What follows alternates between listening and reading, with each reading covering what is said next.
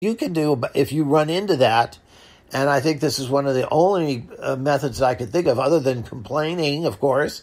And if you have relatives, you could ask them to bring you one of these new miraculous air conditioners they have that plug into a USB port, which most of the beds now have. What you can do is what I did, which was take the towel that they give you, put it across your chest, and take the cold water they give you and slowly soak the towel. Or if you want to be safe, soak the towel first, put it across your chest, and use the towel as an evaporative cooler. That's what I did for 3 days in order to stay cool. The other people were miserable. I could hear them crying, screaming about the heat. This place did nothing. Or at least I don't know if they did anything. But the only thing that kept me comfortable and cool was a constant refilling of the towel so that it remained wet and cold. And that's how I stayed cool in the House of Terrors nursing home. The correct name will be given at the end of the show. And so let's get on to this. Let's get to the crux of the matter. So that was Friday night. Saturday morning, I'm sitting there at about 7 o'clock saying, oh boy, good, here comes my pain medication, because I do not want it to wear off. The last thing you want to do is start what they call chasing the pain, which does not work, or it doesn't work well. And that's where, if they foolishly deprive you of your pain medication so that you start hurting, all of a sudden you feel, what does this thing really feel like without the pain meds? Well, you'd be stunned what it feels like without those pain meds there. They do a good job of disguising it so that you say, no, I don't think they're doing anything. And then all of a sudden you find out, holy shit, what? This hurts. So you do not want to try chasing the pain, because it's not successful. It's very hard to do. It takes a lot more pain medication. And that is the beginning of the cycle that you will become an addict. So the threat of addiction is very high if you start chasing the pain each time. So you don't want to do that. You want to stay out of pain. You want to keep the pain medication constant and, of course, as low as possible. You know what? And I shouldn't be giving you advice on that, really. I think you should get your advice on that from your physician or other trusted medical provider. They can give you much better advice on that than I can. But that was my thinking, laying in bed. 6 o'clock, nothing showed up. 9:44, nothing showed up. And I had the nurse line on saying, you are now 4 hours late. And I began to see a trick that was going to be used to steal them my pain medication.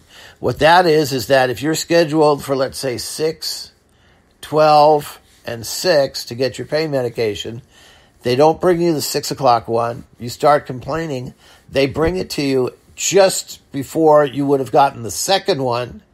They don't bring you the second one because you just got one, and they can go, oh, we can't give you another now. You just took one. And so then they bring you your second one for your third, and that way they make one pain pill a day. They did that every day I was there. I was there 3 days. They always stole at least one, and in some cases 2, of my pain medications. I believe there's an issue that my doctor had prescribed 10s, because when I got there, I was getting Norco 10s. And within the first day, I was getting 5s. And each came with an explanation that the pharmacist had run out of 10s, and he would give me a 5, and that he would need to call my doctor to give me a 10 tomorrow, which makes no sense. He didn't need to call my doctor, and that was just absolutely a lie. And it was just one more method by which they stole the pain medication. I did have one short nurse who came in and looked because by this time I've now got the doctor there. The doctor on the floor, and she was good. When she told them to do something, they did it. And she kept thinking of, okay, we're going to do this. But she just didn't want to send me home because she was worried about me being at home, falling, et cetera, and she was very concerned and very good, and I believe very honest. and she was a 30 to 40 year old Asian doctor. I wish I'd gotten her name so I could thank her and let you know that she out of there was certainly a honest and a beam of honesty. And so I had said to her at 9:44 a.m. on, I think this was Sunday, when again the nurse came in and said, I already gave you your medication this morning. That's a good other one. Or is that might be a variation. Who knows? In other words, it's just a constant barrage of bullshit. And so I said, you gave me no pain medication this morning. She said, yes, I did. When I brought in your 6 o'clock round of Fematitin, gabapentin, Jardiance. She said, I gave it with then. I said, no, you didn't. You gave me one round container of 5 pills that I can describe each of the 5 because I took a picture. And I said, and then you left. And you said something about, I'll be back with your pain medication. You've never given it to me. She said, yes, I did. And then this is where I pulled this is where you go for the throat. And I said, well, in that case, did you see me take it? And she said, yes. And I said, well, what that means is then it's in my blood.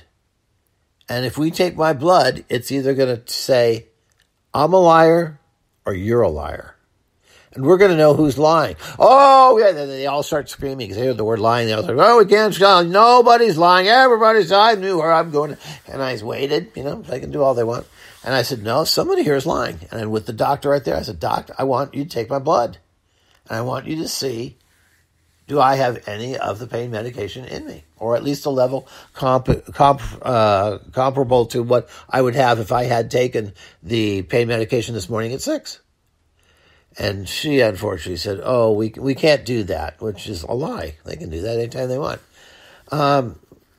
If I'd been on my toes, I might have said, hey, didn't give me a urine test. What's the big deal there? Here's one right here. I make them every half hour. I should have done that. That would have been a way to do it, but I didn't think at the time. So we're getting close to the end. That's about what happened. Finally, the doctor said, okay, well, I'm going to let you go because I knew who the president was. Oh, God. I knew who the vice president was. And then to dance around on it, I told her about who Mitch McConnell was and who Miss Lindsay was and all that stuff. So she said, all right, well, you're mentally clear, but I'll let you go. Okay. And the truth was I never would have left. I needed to be. And I think I still need to be somewhere where people take care of me. But the truth of the matter is that I was in danger of my life there. And that's not a joke. And you need to know that because this goes for you too. This goes back to when I had the original Depuy Pinnacle put in 2008. The nurse there stole my OxyContin.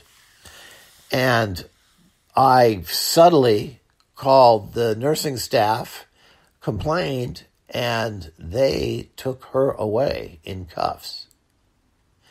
And later in the year, when I was feeling sort of chipper, although that thing I never felt chipper, but that Depuy Pinnacle wasn't installed correctly, it was loose. I was at a party with my friends. My friend Miriam and Janie was there, and a bunch of friends. They are all nurses. Gary was there. He's a nurse. His wife, Gary's died since then, I'm sorry to say. Lynn was there, his wife. She was the head nurse of a very big hospital nearby. And they were all there, and we're laughing, and we're talking about the story.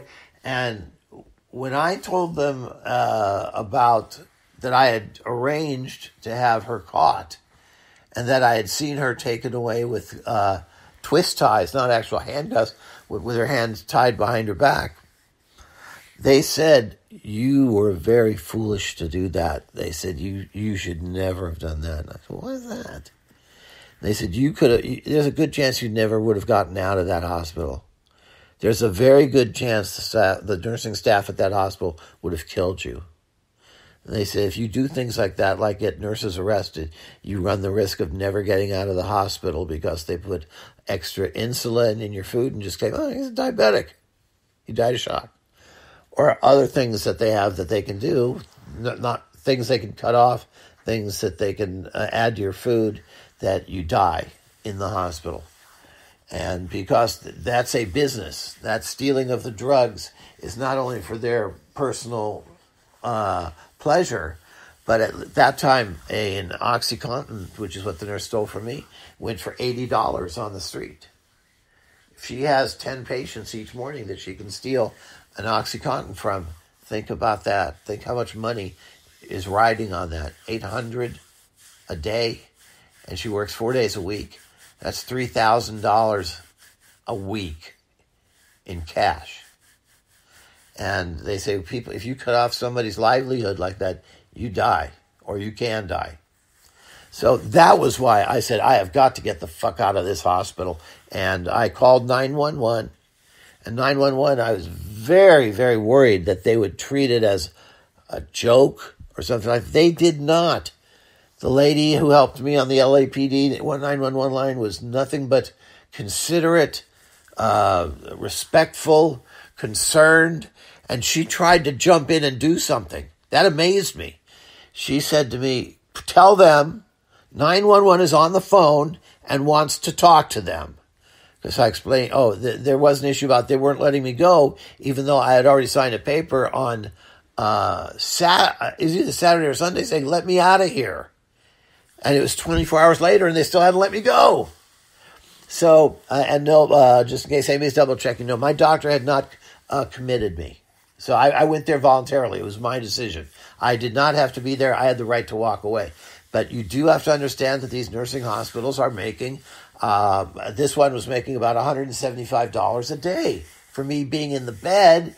And for each time they'd give me a medication, there'd be a $30 charge, a $50 charge. They'd take my blood pressure. So they're probably making $300 or $400 a day on me. They planned on keeping me there 21 days. That's what I had heard, a rumor, but they told me into my face that I was there for 1 to 2 weeks. So if I was, let's just cut it down. Let's say I was only going to be there 10 days. To them, that was $4,000 going out the window if I left. So they had to make sure I didn't leave, which they did by just ignoring everything I asked for, ignoring me. Every time I'd say I want out of here, they would ignore it. They lied and said there's no phone in the room, so I wasn't able to call anybody. Unfortunately, my cell phone, the power died because I didn't think I was going to be out of the house for 4 days. I thought I was going to be home sooner. But finally I got them all working, and I got the power on and got 911 that said, put them on the phone. And I yelled. You could hear it all the way through the entire nursing home. 911 is on the line, and they want to speak to you.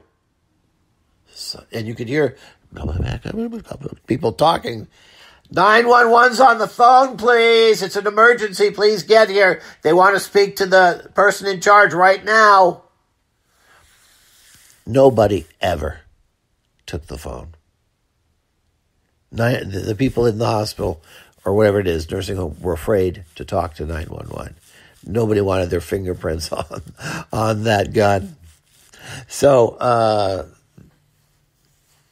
911 was very good. They didn't get me out. I'm looking at the last notes here. And so finally, when I was getting ready to get out, the chief idiot there came over to me, the guy who I kept saying, call Uber. I'm going to get out of here. Just get me an Uber. Oh, no, I can't. We have to use our Uber card, and I don't have permission to use it. The boss is in a meeting. And he came over to me and he said, can I give you some advice? And I said, sir, I don't take advice from the kid who can't get in the room where the meeting is going. I don't take advice from the people in the meeting. I give advice to people in meetings, and I charge them $450 an hour for that privilege of hearing my advice. So, no. Boy, he didn't like that. Well, I'm sure I'll recollect other instances of terrible treatment. That's the way that I was treated by Windsor Terrace Nursing Home